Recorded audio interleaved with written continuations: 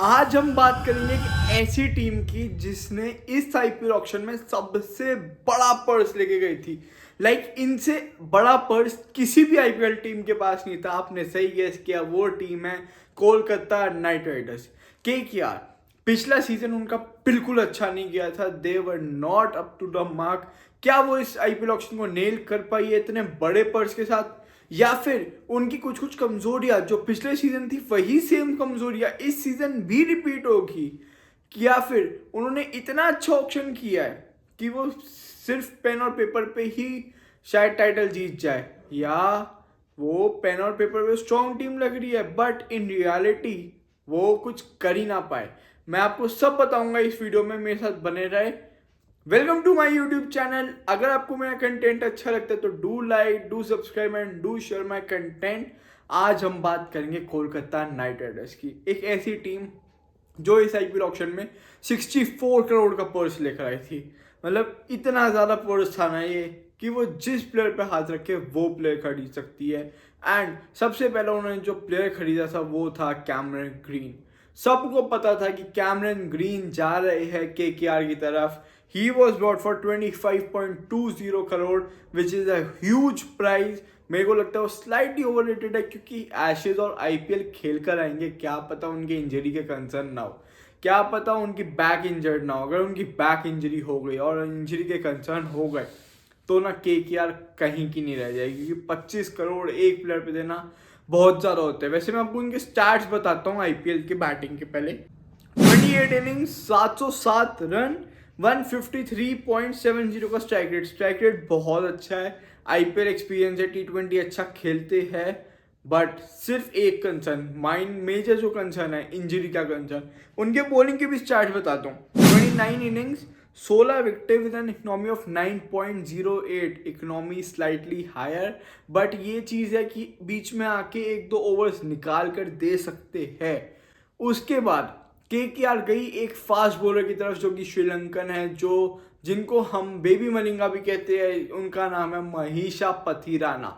उनको उन्होंने दिया 18 करोड़। सीएसके ने महीशा पथिराना को रिलीज किया था 13 करोड़ में, और केकेआर ने बाय किया उनको 18 करोड़ में। 18 crore is too much, but उनके स्टैट्स 18 करोड़ को जस्टिफाई करते हैं। 32 मैचेस में 47 wickets with an economy of just 8.67। Kolkata का छोटा सा ग्राउंड ईडन गार्डन्स का डेथ में बॉलिंग ये आपको प्रदान करेंगे। डेथ के ओवर्स आपके बिल्कुल सॉर्टेड है। फिर आप एक और बॉलर की तरफ गए जो कि बांग्लादेश के लिए खेलते हैं, जो है मुस्तफिजुर रहमान। मुस्तफिजुर रहमान को आपने दिए 9.20 करोड़। वो एक ऐसे बॉलर है जो स्लोअर वन से ना प्लेयर्स को फंसा सकता है। उनकी slower one is really effective. तो ये प्लेयर जो है ना मुस्तफिजुर रहमानी बहुत अच्छे हैं। मैं आपको इनकी भी आईपीएल के स्टार्ट बताता हूँ। 60 मैचेस में 65 wicket with an economy of 8.13। 8.13 in modern day cricket is just coated economy. इससे अच्छी इकोनॉमी आपको नहीं मिल सकती मॉडर्न डेज में फास्ट बॉलर की। वो एक ऐसे बॉलर है जो पावर प्ले में बॉलिंग कर सकते हैं, जो डेथ में भी बॉलिंग कर सकते हैं, और एक्सपीरियंस कूट कूट के भरा हुआ है। तो ये अच्छी एक बाय थी। फिर ये एक विकेट कीपर बैट्समैन की तरफ गए जो कि डोमेस्टिक में अच्छा कर चुके हैं, तेजस्वी दहिया। 3 करोड़ में केकेआर के पास गए एंड उनके स्मार्ट के आंकड़े हैं 113 रन 4 इनिंग्स में विद स्ट्राइक रेट ऑफ 168.60। नीचे आके अटैक कर सकते हैं, अच्छे प्लेयर है, स्मार्ट में अच्छा कर चुके हैं, डोमेस्टिक अच्छा कर रहे हैं। और इस साल डोमेस्टिक में जिन्होंने अच्छा किया सबको पैसे मिले, तो तेजस्वी दहिया भी उनमें से एक प्लेयर थे। उसके बाद ये गए रचिन रविंद्र के पास, जो कि एक स्पिनिंग बैटिंग और स्पिनिंग ऑलराउंडर कह सकते हो, या सिर्फ प्रॉपर बैट्समैन कह सकते हो, जो ओपन कर सकते हैं, मिडिल ऑर्डर में भी आ सकते हैं। बट उनके stats are okayish in IPL, क्योंकि वो आईपीएल जब सीएसके के लिए खेलते तो स्लो खेलते थे, या फिर उन्हें अपना नंबर नहीं मिलता था, कॉन्टिन्यूसली ड्रॉप होते रहते थे। 18 इनिंग्स में 413 रन है विद स्ट्राइक रेट ऑफ 143.90। और केकेआर ने ये खरीदा 2 करोड़ में, बिल्कुल प्रेस प्राइस पे खरीदा है। केकेआर को ये जो रचिन रविंद्र है ना, शायद ये ओके बाय है। मेरे को नहीं लगा कि केकेआर को इनकी ज़रूरत थी, क्योंकि आपका टॉप ऑर्डर ऑलरेडी इतना भरा पड़ा है कि आप टॉप ऑर्डर में कहीं ने एडजस्ट ही नहीं कर पाओगे। उसके बाद आपने खरीदा टिम साइफर्ट को। टिम साइफर्ट और आपने साथ में फिन एलन को भी खरीदा। ये दो प्लेयर्स जब साथ में अगर ओपनिंग करने आ गए ना आपके लिए, ये ड्रीम ओपनिंग होगी किसी भी टीम के लिए। दोनों अटैक करते हैं, दोनों मारते हैं और तगड़ा मारते हैं। टिम साइफर्ट की मैं आपको आंकड़े बताता हूँ। T20 आई में 72 इनिंग्स, 1850 रन, 142.53 का स्ट्राइक रेट, एंड आपने इनको सिर्फ 1.5 करोड़ में खरीदा। वहीं मैं आपको फिन एलन के आंकड़े बताता हूँ। फिन एलन भी बहुत ही बढ़िया प्लेयर है, 2 करोड़ में आपने खरीदा। 52 मैचेस, 1285 रन, 163.28 का स्ट्राइक रेट। इतने ताबड़तोड़ बल्लेबाज अगर आपका ओपन करेंगे ना, मजा आ जाएगा केकेआर के छोटे से ग्राउंड में देखने में। उसके बाद आपने राहुल त्रिपाठी को खरीदा। राहुल त्रिपाठी को आपने बेस प्राइस पे खरीदा जो कि है 75 लाख। वो 98 इनिंग्स में 2291 रन बना चुकी है with a strike rate of 137.58। Strike rate कम है बट मिडिल ऑर्डर में आके आपको बचा सकते हैं। अगर आपको कोलैप्स हो रहा है खड़े हो सकते हैं। अगर आपकी रन रेट अच्छी चले तो रन रेट को बढ़ा भी सकते हैं। राहुल त्रिपाठी एक ऐसे प्लेयर और बहुत एक्सपीरियंस है। फिर आप गए इंडियन फास्ट बॉलर की तरफ जो कि है आकाशदीप। आई नो आकाशदीप टेस्ट में एब्सोल्यूट बीस्ट है बट T20 में नहीं है। T20 में उनके आंकड़े IPL के 14 मैच में 10 विकेटें with an economy of 11.83। Matches कम है, इकोनॉमी बहुत ज़्यादा है, इसलिए लखनऊ ने उनको रिलीज किया। एंड KKR के छोटे से ग्राउंड पे तो और पिटाई होगी आपकी।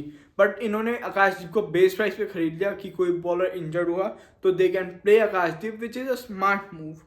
फिर इन्होंने खरीदा एक डोमेस्टिक प्लेयर प्रशांत सोलंकी को जो कि एक लेफ्ट आर्म लेग स्पिनर है। इन्होंने इस मैच में 7 मैचेस में 6 विकेटें लिया विद एन इकोनॉमी ऑफ 8.43।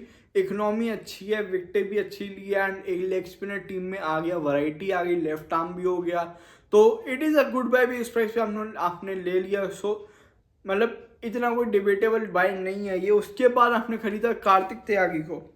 आपने कार्तिक त्यागी को भी खरीदा 30 लाख में। एंड कार्तिक त्यागी IPL के अच्छे बॉलर है कि राजस्थान के लिए अच्छा कर चुके हैं। आपने उनको बेस प्राइस में उठा लिया which is a good buy. I don't know आप उसे उन्हें प्लेइंग 11 में खिलाओगे या नहीं।